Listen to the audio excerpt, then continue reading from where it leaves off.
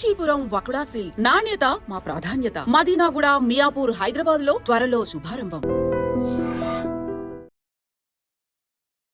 నమస్తే, welcome to I dream. తెలంగాణలో చాలా ఇష్యూస్ అయితే నడుస్తున్నాయి. అటు బీసీ కావచ్చు, లేకపోతే ఇప్పుడు జరుగుతున్న బడ్జెట్ సమావేశాలు కావచ్చు, ఇట్లా చాలా ఇష్యూస్ అయితే నడుస్తున్నాయి.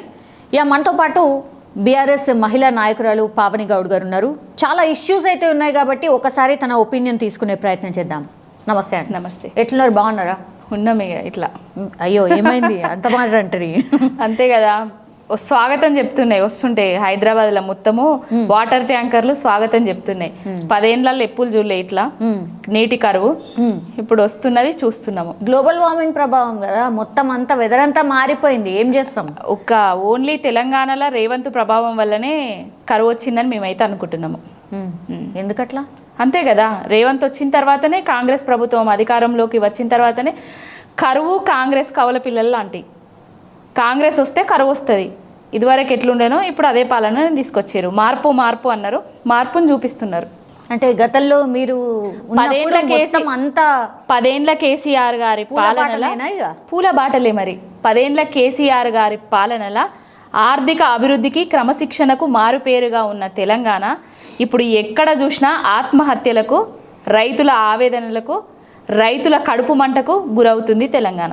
కేవలం సంవత్సరం నర అయింది అంతే. అవును, సంవత్సరం నరల్నే మొత్తం ఇంత మారిపోయిందా? ఉల్టా పల్టా అయిపోతుందా? ఎట్లా చెప్తారు? ఒక రాక్షసుడికి సంవత్సరం జాలది కరువును తీసుకురావడానికి, రాష్ట్రాన్ని సర్వనాశనం చేయడానికి.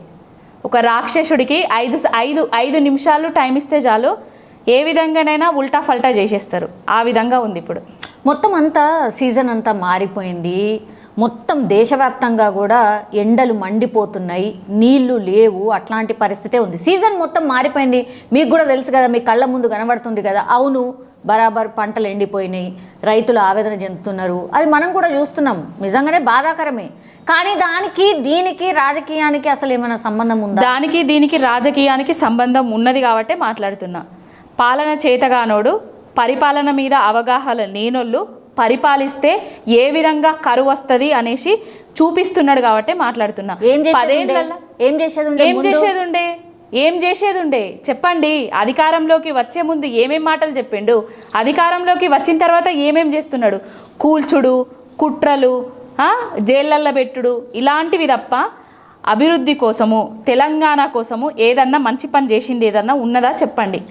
హైడ్రా తెచ్చుడు మంచి పని కాదా? హైడ్రా తెచ్చుడు మంచి పనా చెడ్డ పనా అనేది అనిరుద్ధ్ రెడ్డి ఎమ్మెల్యే వాళ్ళ ఎమ్మెల్యే, కాంగ్రెస్ ఎమ్మెల్యే అనిరుద్ధ్ రెడ్డిని అడగండి. హైడ్రా ఏ విధంగా పనిచేస్తుంది, ఎవరి కోసం పనిచేస్తుంది, ఎవరి కమిషన్లు కొడుతున్నారు అనేది అనిరుద్ధ్ రెడ్డిని అడగండి, చెప్తారు మీకు. ఎందుకండి ఏం కమిషన్ కొడతారు? నాకు అర్థం కాదు. ఇప్పుడు చెరువులు మొత్తం అంతా మనది గొలుసు కట్టు చెరువులు ఉంటుండే. అవును, గొలుసు కట్టు చెరువులను మిషన్ కాకతీయ తోటి చెరువులకు పునర్జీవం తెచ్చింది కేసీఆర్ గారు. చెరువులల్లో నీళ్లు తీసుకొచ్చింది కేసీఆర్ గారు. తెచ్చిన చెరువులల్లో చేప పిల్లని వేసి ముదిరాజులను రాజులు చేసింది కేసీఆర్ గారు. చెరువులు కదా ఇక్కడ చెరువులల్లో. ఇప్పుడు అవన్నీ ఎవరిచ్చిండ్రు పర్మిషన్? ఎవరి కాలంలో జరిగింది? మా ప్రభుత్వ కాలంలో జరిగిందా, లేకపోతే కాంగ్రెస్ హయాంలనా, టీడీపీ హయాంలనా? కూల్చివేసిన దగ్గరికి పోయి ఒకసారి అడగండి. 20 ఏండ్ల నుంచి మేము ఇక్కడ ఇల్లు కట్టుకొని ఉంటున్నాం. 15 ఏండ్ల నుంచి మాకు ఇక్కడ పర్మిషన్లు వచ్చినాయి, నల్లా బిల్లు కడుతున్నాము, కరెంటు బిల్లు కడుతున్నాము అనేసి హైదరాబాద్తులే కదా మీ అందరికీ చెప్పింది. మీ యూట్యూబ్ ఛానళ్ళ సాక్షిగానే కదా వాళ్ళందరూ గోడు వెళ్ళబోసుకున్నది. అవి కొన్ని అయితే మొన్న మీ హయాంలో వచ్చినాయి చాలా ఉన్నాయి కదా. సిటీ ఎట్లా మా హయాంలో చూసిండ్రు కదా. సిటీ విస్తరించిన మాట వాస్తవము, కంపెనీలు వచ్చిన మాట వాస్తవము, ఉద్యోగ అవకాశాలు కల్పించిన మాట వాస్తవము, అన్ని రకాలుగా సిటీ అభివృద్ధి చేసిన మాట వాస్తవము. ఈ సిటీ అభివృద్ధి చేసిన దానికి నీళ్ళు ఇచ్చిన మాట, 24 గంటల కరెంట్ ఇచ్చిన మాట కూడా వాస్తవమే. ఇప్పుడు ఆ సిటీనే సర్వనాశనం చేస్తూ, హైడ్రా తోటి ఒక ఇండ్లను కూల్చేస్తూ, రియల్ ఎస్టేట్ను డమాలు మనిపిస్తూ, అసలు నీళ్లు లేక కరెంటు పోని స్థితి నుంచి వెళ్ళి కరెంట్ ఎప్పుడు వస్తుందో అనే చూసే స్థితికి తీసుకొచ్చిండు రేవంత్ రెడ్డి కాంగ్రెస్ ప్రభుత్వం. మీ దగ్గర ఉద్యోగాలు అంతగానం ఇస్తే మరి సంవత్సరం నరనే నిరుద్యోగులు అంతగానం పెరిగిపోయినరా? వాళ్ళ కోసం కాంగ్రెస్ పార్టీ మేమేదో చేస్తామని చెప్తుంది. దీన్ని కూడా కౌంటర్ చేస్తున్నారు ఆర్ఎస్ ప్రవీణ్ కుమార్ గారు, మీ పార్టీకి సంబంధించిన ఆయన ఒకటి ట్వీట్ చేసిరు. శాసనసభ్యులు వస్తున్నారు అన్న, మేము ఎమ్మెల్యేలు అయినా కానీ మా ఎంబడి ఉన్న వాళ్ళకి ఏం చేయలేకపోతున్నాం, వాళ్ళకు ఉద్యోగం ఇవ్వలేకపోతున్నాం, ఉపాధి కల్పించలేకపోతున్నాం అని అన్ని రాజకీయ పార్టీలకు సంబంధించిన ప్రజాప్రతినిధులు వస్తున్నారు. అందుకే ఈరోజు 5 లక్షల మందిని అన్ని రాజకీయ పార్టీలు చదువుకున్న వాళ్ళు ఉండి ముందేం చెప్పిండు, మా శాసనసభ్యులు వస్తున్నారు, మా శాసనసభ్యులు వస్తున్నారు,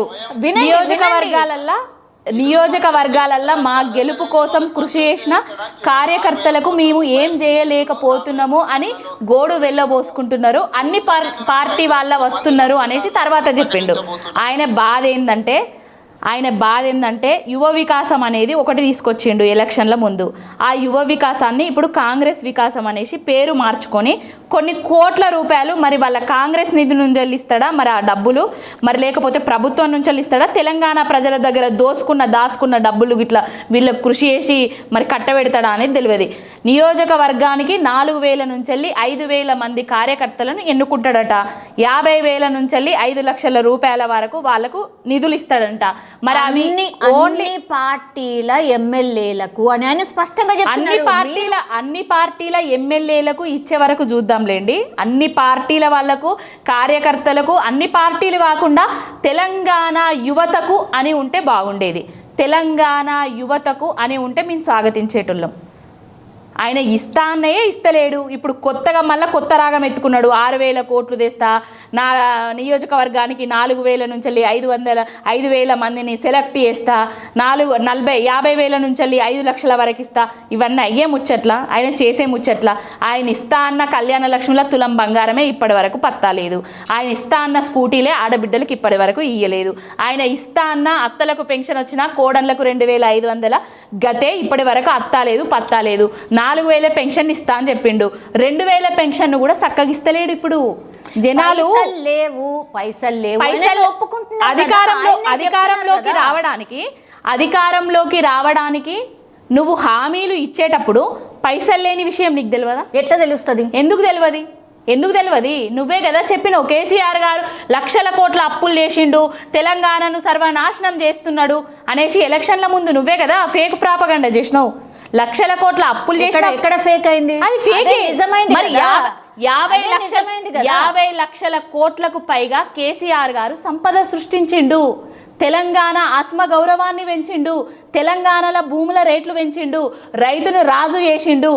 ఆకాశంలో పెరిగే విధంగా భూముల రేట్లు పెంచి ఒక రాజు చేసిండు కేసీఆర్ గారు. ఇవన్నీ ఎక్కడ పోయినాయి? మధ్య తరగతి ప్రజలు ఎవరైనా సరే ఇల్లు కొనుక్కునే పరిస్థితి ఉందా హైదరాబాద్ లో? మధ్య తరగతి ప్రజలు సంపద సృష్టించడం అని అంటే సంపద సృష్టించడమే. మధ్య తరగతి వాళ్ళు కేసీఆర్ గారి హయాంలా, బీఆర్ఎస్ ప్రభుత్వ హయాంలా ఎంతమంది ఇల్లులు కొనుక్కున్నారో మీకు డాటా కావాలంటే పోయి అక్కడ చెక్ చేసుకోండి. ఇప్పుడు ఎంతమంది ఇల్లులు కొనుక్కుంటున్నారో ఒకసారి మీరు చూసుకోండి. ఇల్లులు ఎవరైనా కొనడానికి ముందటికి వస్తున్నారా? అప్పుడు ఉద్యోగాలు వచ్చినాయి, బ్యాంకులలో లోన్లు తీసుకున్నారు, ఇల్లులు కట్టుకున్నారు. అప్పుడు రియల్ ఎస్టేటు శరవేగంగా పెరిగిపోయింది, ధరలు పెరిగినాయి. అయినా కూడా దానికి తగ్గట్టుగా వీళ్ళు ఇల్లులు కొనుక్కున్నారు, జాగాలు కొనుక్కున్నారు, వ్యాపారాలు చేసారు, వృద్ధికి వచ్చారు. ఇప్పుడు ఏదన్నా వ్యాపారం చేసే అసలు ఉందా? ఎవడన్నా అప్పు పుట్టనిస్తున్నాడా? ₹1 కావాలంటే ఎవరన్నా ఇస్తున్నారా? ఎట్లయిపోయింది తెలంగాణ? ఎక్కడుండే తెలంగాణ ఎట్లయిపోయింది తెలంగాణ? నేషనల్ లెవెల్లో డ్యామేజ్ చేసిండు తెలంగాణను. అప్పుల రాష్ట్రం అనేసి ప్రచారం చేసిండు. ఎవడన్నా ఇంటి పెద్ద ఉంటే నాకు అప్పులున్నాయి అని ప్రచారం చేసుకుంటే రేపు ఏదన్నా లగ్గమో లేకపోతే ఇల్లు కట్టుకుంటే ఎవడన్నా అప్పియడానికి ముందటికి వస్తాడా? అసలు ఒక ఎట్లా అంటే తెలంగాణ అది చెప్పకుంటే ఇది ఇస్తలేరు అది ఇస్తలేరు అని క్వశ్చన్ చేస్తారు కదా. ఎక్కడికి వెళ్ళి తెమ్మంటారు? మరి కేసీఆర్ గారు ఏది ఇవ్వకుండా లేరు కదా. కరోనా లాంటి కష్టకాలం వచ్చినా కూడా రైతు బంధు ఆగలేదే. మీరు అప్పులు చేస్తేనేమో ఒప్పంటిరి, తప్పంటున్నారు. మేము అప్పులు చేసి 1,50,000 కోట్ల రూపాయల అప్పులు చేసిండు.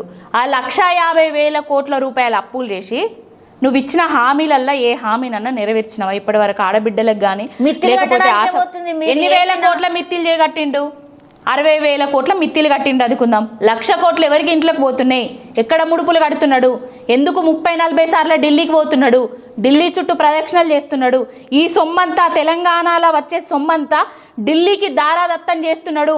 పార్టీ నడపడానికి ఇక్కడి నుంచి ముడుపులు పంపిస్తున్నాడు రేవంత్ రెడ్డి అనేటోడు. మన సొమ్ము, మన ప్రాంతీయ పార్టీ, మన కేసీఆర్ గారు మన తెలంగాణోడి కోసం ఖర్చు పెడితే రేవంత్ రెడ్డి అనేటోడు ఆయన జాతీయ పార్టీ కోసం, ఆయన కాంగ్రెస్ పార్టీ కోసం, ఆయన పేరు ప్రఖ్యాతల కోసం, ఆయన సీటును కాపాడడానికి కోసం ఢిల్లీ పెద్దల ప్రదక్షిణలో వాళ్ళ మెప్పు కోసం అక్కడ ముడుపులు అంటిస్తున్నాడు. ఇప్పుడు మొత్తం బడ్జెట్ సమావేశాలు ఫుల్ హాట్గా నడుస్తున్నాయి. అసలు ఏం జరిగింది, ఏం జరుగుతుంది అనేది పూర్తిగా చెప్పే ప్రయత్నం చేస్తారు. ఎందుకని మీరు మొత్తం డిఫెన్స్లోనే మాట్లాడతారు? ఎందుకు? అందులో ఫ్యాక్ట్ ఏముంది అని చెప్పిస్తలేరు. ఓన్లీ మీ సోషల్ మీడియా ద్వారా ప్రాపగండా చేయడం గంతే తప్పించి ఎందుకట్లా? కరెక్ట్. మీరు సౌమ్య గారు మా సోషల్ మీడియా ద్వారా ప్రాపగండా చేస్తలేము. వాళ్ళ ట్విట్టర్ ఏదైతే అకౌంట్ ఉందో, కాంగ్రెస్ ట్విట్టర్ హ్యాండిల్ ఏదైతే మెయిన్ హ్యాండిల్ ఏదైతే ఉందో, 10 లక్షల మంది ఖాతాదారులు దానిలో ఉన్న హ్యాండిల్ ఏదైతే ఉందో, కేసీఆర్ గారి ఫామ్ హౌస్ పాలన బాగుందా, రేవంత్ రెడ్డి ప్రజా పాలన బాగుందా అనేసి పోలు పెడితే కేసీఆర్ గారి ఫామ్ హౌస్ పాలననే బాగుంది అనేసి ఓట్లు వేయడం జరిగింది. 60-70% మంది వాళ్ళ హ్యాండిల్ లో కూడా అందరు కూర్చొని ఓటేసిరా ఏంది? కాంగ్రెస్ వాళ్ళకు కూడా ఉన్నారు కదా, మరి వాళ్ళు కూడా వేయొచ్చు అనుకోవచ్చు కదా. కాంగ్రెస్ పాలన నచ్చకేసిండ్రు అనుకోవచ్చు కదా. నిన్న మొన్న కోరుట్లకు పోయినా నేను ఒక కాంగ్రెస్ కార్యకర్త, నేను జెండా నాకు తెలిసిన రాజకీయ జ్ఞానం వచ్చిన దగ్గర నుంచి నేను కాంగ్రెస్ పార్టీలోనే ఉన్న బిడ్డ, నాకు 56 ఏండ్లు, కాంగ్రెస్కు ఓటేయమని మా నియోజకవర్గం మొత్తం తిరిగినా, ఇప్పుడు నేను ఎక్కడన్నా గ్రామానికి పోయినా నియోజకవర్గంలో తిరిగినా, ఏమయ్యా నువ్వు చెప్తే నమ్మి ఓట్లేసినాం, పెన్షన్లేవి, రైతు బందేది, నీళ్ళు అత్తలేవు, పంటలకు బోనస్ రాలేదు అని అడుగుతున్నారు. ముఖం ఎత్తుకొని తిరగలేకపోతున్నా, ముసుగేసుకొని తిరిగినట్టు అయిపోతుంది, ఇజ్జత్ పోతుంది బిడ్డ అని అంటున్నాడు. కాంగ్రెస్ కార్యకర్తల పరిస్థితి, నాయకుల పరిస్థితి జనాలకు పోయే పరిస్థితి లేదు. బట్టలిప్పి దంచుతారు. రేవంత్ రెడ్డి అదే శాసనసభలు అంటున్నాడు కదా, ఆయనకు వ్యతిరేకంగా ఎవరైతే మాట్లాడితే వాళ్ళను గుడ్డలు కూడా తీసి దంచుతా, రోడ్ల మీదకి తీసుకొస్తా అని చెప్తున్నాడు కదా, అదే గుడ్డలు కూడా తీసి రేవంత్ రెడ్డిని కాంగ్రెస్ నాయకులను దంచే పరిస్థితిని తీసుకొచ్చారు, కరువుని తీసుకొచ్చి. ఎందుకండి ఆ లాంగ్వేజ్ ఎంత దారుణమైన లేకపోతున్నాం. సౌమ్య గారు యదా రాజా తదా ప్రజ, ఆయన ఏది మాట్లాడితే మేము అది మాట్లాడతాం, ఆయన ఏది ఇస్తే మేము అది ఇస్తాం, ఆయన గౌరవం ఇస్తే మేము ఆయనను గౌరవం ఇస్తాం, ఆయన మమ్మల్ని బూతులతోటి వర్షాలు కురిపిస్తే మేము ఆయన మీద బూతులు కురిపిస్తాం. ఆయన నేర్పిన విద్యనే. బడ్జెట్ సమావేశాలు జరుగుతున్నాయి, బడ్జెట్ని ప్రవేశపెడుతున్నారు. భట్టి విక్రమార్క ఆల్రెడీ లైవ్ నడుస్తుంది. 3 లక్షల కోట్ల బడ్జెట్ అంటే మీరు నాకు తెలిసి 2 లక్షలు 2,50,000 వరకు పెట్టినట్టున్నారు. తర్వాత కాంగ్రెస్ వచ్చిన తర్వాత ఇంకొక 20% అట్లా పెంచుకుంటూ ఈసారి మాత్రం 3 లక్షల కోట్లు. చెప్పడానికి వినడానికి 3 లక్షల కోట్లు అని వింటుంటే చాలా బాగుంటుంది, కానీ ఎవరికి ఏం అందుతలేదంటే ఆ 3 లక్షల కోట్లు ఎటుపోతున్నట్టు. అదే ఎటుపోతున్నాయి అనేది కాంగ్రెస్ వాళ్ళని అడగండి.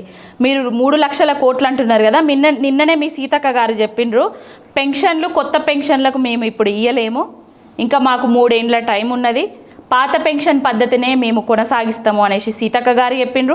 పొన్నం ప్రభాకర్ గారు కూడా కళ్యాణ లక్ష్మిల తులం బంగారం ఇయ్యలేము, కళ్యాణ లక్ష్మి కూడా ఇస్తామో ఇయ్యమో కూడా తెలియదు అనేసి ఆయననే అంటున్నారు.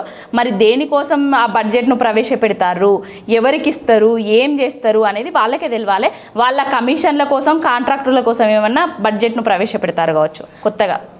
అంటే దేనికోసం కేటాయించకుండా బడ్జెట్ అంతా ఎటుపోతుంది? మీరు ఎట్లా చేసిండ్రు మరి? అప్పుడు ఈయనకు అసలు ఏం అయితలేదు, కాంగ్రెస్ పార్టీ ఏం చేస్తలేదు అని పదే ఎందుకు అంటున్నారు? ఇప్పుడు మేము చేసింది జనాలు 10 ఏళ్ళు చూసిండ్రు, కాంగ్రెస్ ఏం చేస్తున్నది 15 నెలలలోనే చూసిండ్రు. కాంగ్రెస్ వద్దు, బీఆర్ఎస్ఏ కావాలి, కేసీఆర్ఏ రావాలనేసి పదే ప్రజలే కోరుకుంటున్నారు. కేసీఆర్ గారు తెలంగాణను తీసుకొచ్చి తెచ్చిన తెలంగాణలో నీళ్లు తీసుకొచ్చిండు, నిధులు తీసుకొచ్చిండు. ఈ నిధులను ఈ తెలంగాణ రాష్ట్రం కోసమే కేటాయించి కృషి చేసి కష్టపడి పనిచేసిండు.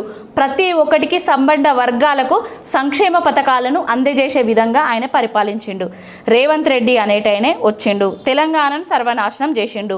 వచ్చినాకనే పంటలను ఎండబెట్టిండు, నీళ్లను మాయం చేసిండు, కరెంటుకు కటకట తీసుకొని వచ్చిండు, రైతుల ఆత్మహత్య దిశగా పరిగెత్తే విధంగా ఆయన పరిపాలన చేస్తున్నాడు. ఆయన పరిపాలనలా ఎవరు సంక్షేమ పథకాలతో సంబరపడుతున్నాడు? కేసీఆర్ అనేటోడు సంక్షేమ పథకాలతో సంబరపెడితే ఈయన సంక్షేమ పథకాలతో కోతబెట్టి తెలంగాణలో ఉన్న ప్రతి ఒక్కరిని అప్పుల పాలు చేస్తున్నాడు. కేసీఆర్ ఆయన కేవలం గవర్నర్ స్పీచ్ రోజు మాత్రమే వచ్చిండు. ఇప్పటి వరకు 50 లక్షల జీతం తీసుకున్నారు. ఆ ఒక్కరోజు వచ్చిండ్రు. మరి గిన్ని ఇష్యూస్ ఉన్నాయి కదా, వచ్చి మాట్లాడచ్చు కదా. అదే కదా రేవంత్ రెడ్డి పదే పదే అంటున్నారు, మీ అనుభవాన్ని మాకు పంచండి అని. ఎందుకు రావట్లేదు మరి? అనుభవాన్ని పంచితే స్వీకరించే స్టేజ్లో రేవంత్ రెడ్డి అనేటోడు లేడు. మీరు ముందే ఎట్లా అనుకుంటారండి? ఇప్పుడు శిశుపాలుడు అనేటోడు 100 తప్పులు చేయాలి, అప్పుడే కృష్ణుడు బయటికి వస్తాడు. ఇప్పుడు ఈయన 100 తప్పుల దగ్గరలో ఉన్నాడు, కృష్ణుడు బయటికి వస్తాడు, కేసీఆర్ గారు బయటికి వస్తారు, ప్రతి దాని మీద ఎత్తి చూపుతారు. సంవత్సరం అవుతుంది ఇదే మాట చెప్పి. సంవత్సరం కానివ్వండి, కేసీఆర్ గారు చెప్పిండ్రు కదా, తెలంగాణ ప్రజలకు చిలుకకు చెప్పినట్టు చెప్పిండు. ప్రతి ఒక్కరికి జాతీయ పార్టీలు గనక తెలంగాణ రాష్ట్రంలో అధికారంలోకి వస్తే నీళ్లు బంద్ అయితే, రైతు బంధు బంద్ అయితే, కరెంటుకు కష్టాలు తీసుకొస్తారు అని చెప్పిండు. అదే జరుగుతున్నది. ఆయన మాట వినకపోవడం వల్ల ఏ విధంగా అన్యాయం జరుగుతుందో, ప్రజల మీద కోపం, ప్రజల మీద అసలే కోపం లేదు. మరి ప్రజల మీద ప్రేమ ఉన్నది కాబట్టి, ప్రజల మీద ప్రేమ ఉన్నది కాబట్టి ఆయన వ్యవసాయ క్షేత్రంలో ఉన్నా కూడా అదే ప్రజలు పోయి ఆయనను కలుస్తూ ఒక్కొక్క ప్రజలు గోడు వెళ్ళబోసుకుంటున్నారు. ప్రజల కోసం ఆయన వెళ్ళి మంది కలవడమే తప్పించి ఆయన వచ్చి ఎవరిని కలవరా? ఇదేనా? ఆయన ఎందుకు జనాలను కలవలేదు? ఆయన జనాలను కలవకపోతేనే తెలంగాణ రాష్ట్రం వచ్చిందా? ఆయన ఊరు వాడ తిరగకపోతేనే తెలంగాణ రాష్ట్రం వచ్చిందా? ఇప్పటికిప్పుడు గా మూలకేమున్నదో అడుగుండ్రి, కేసీఆర్ గారు చెప్తారు. గీ మూలకేమున్నదని అడుగుర్రి, కేసీఆర్ చెప్తారు. ఆదిలాబాద్లో ఏ మూలకేమున్నదో అడుగుండ్రి, కేసీఆర్ గారు చెప్తారు. రేవంత్ రెడ్డికి ఏమన్నా అవగాహన ఉందా? ఇప్పుడున్న నాయకులకు, ఆ కాంగ్రెస్ నాయకులకు ఎవరైనా తెలివితేటలు ఉన్నాయా? సమవుజ్జి గల నాయకుడు ఎవరైనా ఉన్నారా కేసీఆర్కి తగ్గట్టు? ఎవ్వరికీ తెలంగాణ గురించి కానీ, తెలంగాణ ప్రజల గురించి కానీ తెలియని విషయాలు అవన్నీ. ఓన్లీ కేసీఆర్ గారికి తెలంగాణకు పేగు బంధం ఉన్నది, ప్రేమ బంధం ఉన్నది, అన్ని బంధాలు ముడిపడి ఉన్నాయి కేసీఆర్ గారికి. పావని గారు, ఇప్పుడు అసలు అంటే కాంగ్రెస్కి సంబంధించిన నాయకులకు అసలు ఏ అవగాహన లేదు, ఏ సబ్జెక్టు రాదు, అసలు వీళ్ళకి తెలివే లేదు అంటారు. అసలు మీ హయాంలా మాట్లాడితే కేసీఆర్ గారిని మాట్లాడాలా, లేకపోతే కేటీఆర్ మాట్లాడాలా, లేకపోతే హరీష్ రావు గారు మాట్లాడాలా? ఇంకొకరు ఇద్దరు మాట్లాడుతుండే అంతే. మంత్రులు ఉత్సవ విగ్రహాలు మాత్రమే. ఏమన్నా మాట్లాడుతుండేనా? ఒక్కసారి ఏమన్నా చేస్తుండేనా? ఒక్కసారి మీ నాయకుడు ఒక్కసారి మీరు పోయి మంత్రులు ఎవరైతే ఉన్నారో, మా గంగుల కమలాకర్ గారు కానివ్వండి, జగదీష్ రెడ్డి గారిని కానివ్వండి, మా మంత్రులుగా పనిచేసిన ప్రతి ఒక్కరిని మీరు అడిగి తెలుసుకోండి. ఏం పని చేసిండ్రు, ఏం పని చేయనిచ్చిండ్రు, ఏ విధంగా కేసీఆర్ గారు వాళ్ళ వెంబడిబడి విద్య కానివ్వండి, ఉద్యోగాలల్లో కానివ్వండి, వైద్యంలో కానివ్వండి. ఒకప్పుడు గవర్నమెంట్ దవాఖానకు నేను రాను బిడ్డో సర్కారు దవాఖానకు అనే నానుడు ఉండే. పోతే సర్కారు దవాఖానలకే పోతాం అనే స్థితిని తీసుకొచ్చిండు. పోతే గురుకుల పాఠశాలలనే చదువుకుంటాం అనే స్థితిని తీసుకొచ్చిండు కేసీఆర్ గారు. మంత్రులు పనిచేయకపోతేనా ఈ విధమైన స్థితి వచ్చింది? ఎక్కడండి అవన్నీ? మీ కార్యకర్తల వాళ్ళ దాంట్లోనే పెట్టినట్ట కదా, ఇప్పటికి కూడా కిరాయిలు కూడా ఇస్తలేరంట, మా కార్యకర్తలు కూడా మొత్తం పెండింగ్ ఉన్నాయట. అదే మా కార్యకర్తల దాంట్లో పెట్టినామా లేకపోతే కిరాయి రూములల్లో పెట్టినామా అది తర్వాత విషయం. ఇప్పుడు 3 లక్షల కోట్ల బడ్జెట్ ఏదో అని ప్రవేశపెట్టిండ్రు కదా, మరి ఇప్పుడు కట్టమని చెప్పండి వాళ్ళను. ఒక గుడన్న కట్టమనండి, ఒక ప్రాజెక్ట్ అన్న కట్టమనండి, ఒక బడన్న కట్టమనండి. కేసీఆర్ గారు ఎట్లా నడిపించారు అనేది వాళ్ళకి తెలుస్తుంది అప్పుడు. Yeah, all right. ఇప్పుడు బీసీకి సంబంధించి అయితే నిన్న బిల్ పాస్ అయింది, కేంద్రానికి పంపించిండ్రు. సో మళ్ళీ ఒక పెద్ద డిస్కషన్ అయితే నడిచింది. బీసీ నాయకులు, మీ నాయకులు అంటే తీన్మార్ మల్లన్న మీ నాయకుడు కాదనుకోండి, కానీ మీ నాయకుడు అవుతాడేమో అనేది ఒక పెద్ద ఎత్తున చర్చ నడుస్తుంది. అంటే బీఆర్ఎస్ లోకి రాబోతున్నారని. ఎందుకంటే మీ నాయకులను కలిసిండు కదా మొన్న. ఇప్పుడు బీఆర్ఎస్ పార్టీ ఆహ్వానిస్తుంది తీన్మార్ మల్లన్నని అనేది ఒక పెద్ద ఎత్తున చర్చ నడుస్తుంది. మేము ఎవరిని ఆహ్వానించాల్సిన అవసరం మాకు లేదు బీఆర్ఎస్ పార్టీకి. ముఖ్యంగా తీన్మార్ మల్లయ్య లాంటి బ్రోకర్ గాళ్ళను ఆహ్వానించాల్సిన అవసరం అస్సలే లేదు. తీన్మార్ మల్లయ్య అనేటోడు ఊసర వెళ్ళి రంగులు మార్చినట్టుగా పార్టీల కండువాలను మార్చుకుంటూ తిరిగేటోడు అనేసి అందరికీ తెలుసు. తీన్మార్ మల్లయ్య మాటలు నమ్మే స్థితిలో కూడా ప్రజలు లేరు, బీసీ సమాజం కూడా లేదు. ఇప్పుడు ఆయన కోసము ఆయన ఏదో రేవంత్ రెడ్డి ముఖ్యమంత్రి అయిండు, ఆయన కాంగలేంది నేనెందుకు ముఖ్యమంత్రిని కావద్దు అనేసి బీసీ నినాదాన్ని ఎత్తుకున్నాడు. ఆయన కోసము, ఆయన స్వలాభం కోసం ఎత్తుకున్నాడు, సొంత లాభం కోసం ఎత్తుకున్నాడు అనేది తెలంగాణ రాష్ట్ర ప్రజలందరికీ తెలుసు. ఏనాడన్నా తీన్మార్ మల్లయ్య అనేటైనే యూట్యూబ్ ఛానల్ పెట్టిండు. ఏ బీసీ నాయకుడి గురించైనా, ఏ బీసీ నాయకురాలి గురించైనా గా నియోజకవర్గంలో బీసీ ఆమె పోటీ చేస్తుంది, బీసీ ఆయన పోటీ చేస్తుంది, ఓట్లేమని అడిగింది ఉన్నదా? ఎవరికన్నా సపోర్ట్ చేసింది ఉన్నదా? ఇప్పుడేదో బీసీని అదిని ఇదిని అనేసి పట్టుకొని కొత్త రాగం ఎత్తుతున్నాడు. ఆయన స్వలాభం కోసమే ఎత్తుకుంటున్నాడు. బీఆర్ఎస్ పార్టీలకు స్వాగతిస్తున్నాం అనేది ఫేకు. బీఆర్ఎస్ పార్టీలకు నువ్వు రావాలి అని మేము అడగలేదు. ఆయన మా పార్టీలకు వచ్చినా మేము తీసుకోము. ఇంకొకటి ఏంటంటే బీజేపీ కాంగ్రెస్ ఆడిస్తున్న నాటకాలలో భాగంగానే తీన్మార్ మల్లయ్య అనేట ఆయన వెలిసిండు. ఆయన వెనకాలన్నది బీజేపీ, ఆయన వెనకాలన్నది కాంగ్రెస్, రేవంత్ రెడ్డి. కేసీఆర్కి తెలవకుండా, కేసీఆర్ పర్మిషన్ లేకుండా హరీష్ రావు కావచ్చు, లేకపోతే కేటీఆర్ గారు కావచ్చు కలిసి ఉంటుంచా తీన్మార్ మల్లన్నకి? అసలు పర్మిషన్ అంటే ఒక ఎమ్మెల్సీగా ఎన్నికైనా ఛాంబర్కి వస్తానంటే మా వర్కింగ్ ప్రెసిడెంట్ గారు ఛాంబర్ దగ్గర వచ్చిండ్రు కాబట్టి రమ్మని చెప్పొచ్చు, అంతే తప్ప ఏం లేదు. తిట్టకుండా తిట్టిన పార్టీ వ్యక్తులు ఎట్లా అంటే రాజకీయంలో అన్ని మర్చిపోతామా? రాజకీయంలో కోమటిరెడ్డి వెంకటరెడ్డి, కోమటిరెడ్డి రాజగోపాల్ రెడ్డి, జానారెడ్డి వీళ్ళందరూ రేవంత్ రెడ్డిని తిట్టకుండా తిట్టినోళ్ళే. ఇప్పుడు ఆయన హయాంలోనే ఆయన సీఎం గా ఉండగానే వాళ్ళకి కింద పని చేసినట్ట మేము అస్సలు పోము అట్లా. మేము అలాంటి జాబితాలకు నేను మీకు చెప్తున్నా తిట్టని తిట్లు తిట్టించుకున్న నాయకులు వాళ్ళందరూ ఒకటైతారు తప్ప మేము అట్లా కాము. అది తీన్మార్ మల్లయ్యను మా పార్టీలోకి ఆహ్వానించలేదు. ఆయన ఏదో ఎమ్మెల్సీ ఉన్నాడు కాబట్టి బీసీల గురించి మాట్లాడుతా అంటే ఛాంబర్ దగ్గర దాకా వస్తే మాట్లాడడానికి కూర్చున్నారు. ఆయన ఒక బీఆర్ఎస్ పార్టీ వాళ్ళని కలవలేదు, బీజేపీ పార్టీ వాళ్ళని కలిసిండు, ఎంఐఎం పార్టీ వాళ్ళని కలిసిండు, అందరినీ కలిసిండు. నేను బీసీల కోసం పోరాడుతానా అని ప్రొజెక్ట్ చేసుకోవడానికే కలుస్తున్నాడు తప్ప అదేం లేదు. ఢిల్లీలో ఆయన ఏదో ధర్నా చేయబోతున్నారట, దానికి ఆహ్వానించడానికని పోయిండట. ఎట్లా మీరు ధర్నాల మంచి చేస్తే ఎవరమైనా అది స్వాగతిస్తాం కదా, దేనికైనా. అంటే పార్టిసిపేట్ చేస్తారా తెలియదు. మా అధినాయకుడు ఇష్టం, అది మా అధినాయకుడి కార్యాచరణ. మా అధినాయకుడు ఏ విధంగా చెప్తే మేము అది విధంగా చేస్తాము. ఓకే, ఇప్పుడు బీసీకి సంబంధించిన నినాదం పెద్ద ఎత్తున వినిపిస్తున్నారు కాబట్టి కొన్ని ఇవి ఓకేనా? అధ్యక్ష, ఈ విధంగా లెక్కలను పరిశీలించినప్పుడు ఈ దేశంలో మరి రాష్ట్రంలో అగ్రవర్ణాల వాళ్ళు మరో 500 ఏళ్లకు సంబంధించిన అడ్వాన్స్ రిజర్వేషన్ వాడుకోరు సార్. వాళ్ళు 500 ఏళ్లకు సంబంధించిన అడ్వాన్స్ రిజర్వేషన్ వాడుకోరు సార్. బీసీలు 1000 సంవత్సరాలు వెనకబడి ఉన్నారు సార్ ఆ వాడుకోవడంలో. అడ్వాన్స్ వాడుకున్నారు అని చెప్పిండు కదా అగ్రవర్ణాల వాళ్ళు. మరి ఆ అగ్రవర్ణాల పార్టీలనే ఉన్నాడు కదా ఇప్పుడు ఎవరి కింద పనిచేస్తున్నాడు? రేవంత్ రెడ్డి కింద పనిచేస్తున్నాడు. ఎమ్మెల్సీకి రాజీనామా చేసి దమ్ము ధైర్యం ఉంటే బీసీల కోసం ఒక పార్టీ పెట్టి ముందట నడవని చెప్పండి. ఇంకొకటి, ఆయన బీసీ అని చెప్పక ముందు బీజేపీ పార్టీలకు వేయండు, కాంగ్రెస్ పార్టీలకు వేయండు. ఆయన కోసము ఏదైనా దొక్కుతాడు, ఎక్కడికైనా పోతాడు, ఏదైనా మాట్లాడతాడు. ఆయన మాటలు నమ్మే పరిస్థితిలో జనాలు లేరు. ఆయన ఏ రాగం ఎత్తుకున్నా కూడా ఆ రాగం ఫెయిల్ అయిపోతుంది. బీసీలను ఏకం చేసే ప్రయత్నం చేస్తుండు కదా. ఎక్కడ ఏకం చేస్తాడండి? ఎవరిని ఏకం చేసిండు?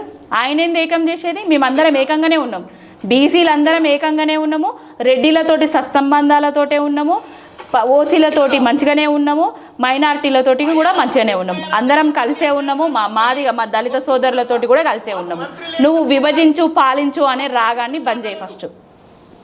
మా వర్గాల ముఖ్యమంత్రి లేడు, మా వర్గాల నుంచి మంత్రులు ఉంటే మా మాటినే మంత్రులు కాదు. ఈయన కావచ్చు కదా మరి ఇప్పుడు ఆయన వర్గాల నుంచి వెళ్ళి, మా వర్గాల నుంచి వెళ్ళి ఈయన కావచ్చు కదా సీఎంగా. చేస్తారా? ఈ దేశంలో మాకు హక్కు అదే వాళ్ళ కాంగ్రెస్ పార్టీలో చేయమని చెప్పండి, రాజ్యాంగ ఫలాలు అందట్లేదు. వాళ్ళ కాంగ్రెస్ పార్టీలో చేయమని చెప్పండి. ఒక్కనాడన్నా గిన్ని రోజుల నుంచి వెళ్ళి సభ జరుగుతుంది, కళ్యాణ లక్ష్మిల తులం బంగారం రానోళ్ళు బీసీ బిడ్డలు లేరా? స్కూటీలు రానోళ్ళు బీసీ బిడ్డలు లేరా? రైతు బంధు రానోళ్ళు బీసీ బిడ్డలు లేరా? నీళ్లు రానోళ్ళు బీసీ బిడ్డలు లేరా? కరువుతోటి కటకటలు ఆడుతున్న వాళ్ళ దాంట్లో బీసీ బిడ్డలు లేరా? పంటలు ఎండిపోతున్న దాంట్లో బీసీ బిడ్డలు లేరా? ఒక్క బీసీ బిడ్డనన్న కలిసిండా? ఒక్క బీసీ రైతునన్న కలిసిండా? ఒక్క బీసీ నిరుద్యోగునన్న కలిసిండా? ఎవరికన్నా ప్రాబ్లం సాల్వ్ చేసిండా? ఆయన రాగం కోసం, ఆయన తాళం కోసం ఎత్తుకున్న రాగం మాత్రమే బీసీ రాగం, ఆయన స్వార్థం కోసమే. ఇది ఏం సక్సెస్ కాదంటారా? ఏం సాధించలేడు అని అంటారా? ఈవెన్ మీడియా దాని గురించి కూడా మాట్లాడింది. ఎన్నికల మీద జరగాలి, కానీ ఈ దేశంలో top news channels sir, top news channels Hindi channel 40, English channel 47 sir. ఈ 40 హిందీ ఛానల్లో సాయంత్రం 7 గంటలకు డిబేట్ నడిపిస్తారు సార్ ఒక ఇష్యూ మీద. ఇంగ్లీష్ ఛానల్లో కూడా ఇష్యూ నడిపిస్తారు సార్, ఒక టాపిక్ తీసుకొని డిబేట్ పెడతారు అందరితోని. ఈ 40 హిందీ ఛానల్లో 47 ఇంగ్లీష్ ఛానల్. అవన్నీ ఎందుకులేండి, ఆయన కోసం ఏదో ఒకటి మాట్లాడతాడు, ఛానళ్ళ గురించి మాట్లాడతాడు, జర్నలిజం గురించి మాట్లాడతాడు, రాజకీయం గురించి మాట్లాడతాడు, రేపు బీజేపీ గురించి మాట్లాడతాడు. బీజేపీ పార్టీలది చేరి రస్సీ బాంధితే మెడ కురేసుకుంటా అది ఇదని చెప్పినాయి, అవన్నీ మనం చూసినాం కదా. ఒక మనిషి అంటే ఒక వ్యవస్థ కోసమో ఒకరి కోసమో పనిచేస్తే అది నిజమా కాదా అనేది మాటలలోనే తెలిసిపోతుంది. ఆయన స్వార్థం కోసం పనిచేస్తున్నాడని మాకు అందరికీ తెలుసు. ఇప్పుడు పార్టీ నుంచి అయితే బహిష్కరించేసిండండి, కాంగ్రెస్ పార్టీలో లేడు. మరి కొత్త పార్టీ పెడతారా? పెట్టమనండి చూద్దాం, పెట్టమనండి చూద్దాం. ఎందరిని ఏకం చేస్తారు, ఎందరిని ముందటికి తీసుకుపోతారు, ఎన్ని కులాల మతాల మధ్యలో గొడవలు పెడతాడు చూద్దాం. ఇంకా కూడా సో ఈయన వస్తే మాత్రం కులాల మతాల మధ్య గొడవలే అంటారా? ఆల్రెడీ పెట్టింది కదా.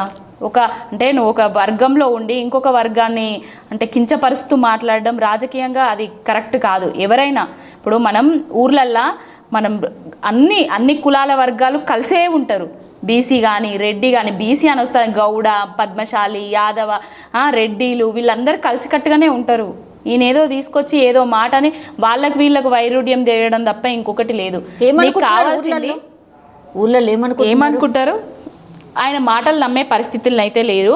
ఆయన కాంగ్రెస్ పార్టీలో ఉన్నన్ని రోజులు మరి 100 రోజులలోనే 42% రిజర్వేషన్ బీసీలకు ఇస్తామని చెప్పారు.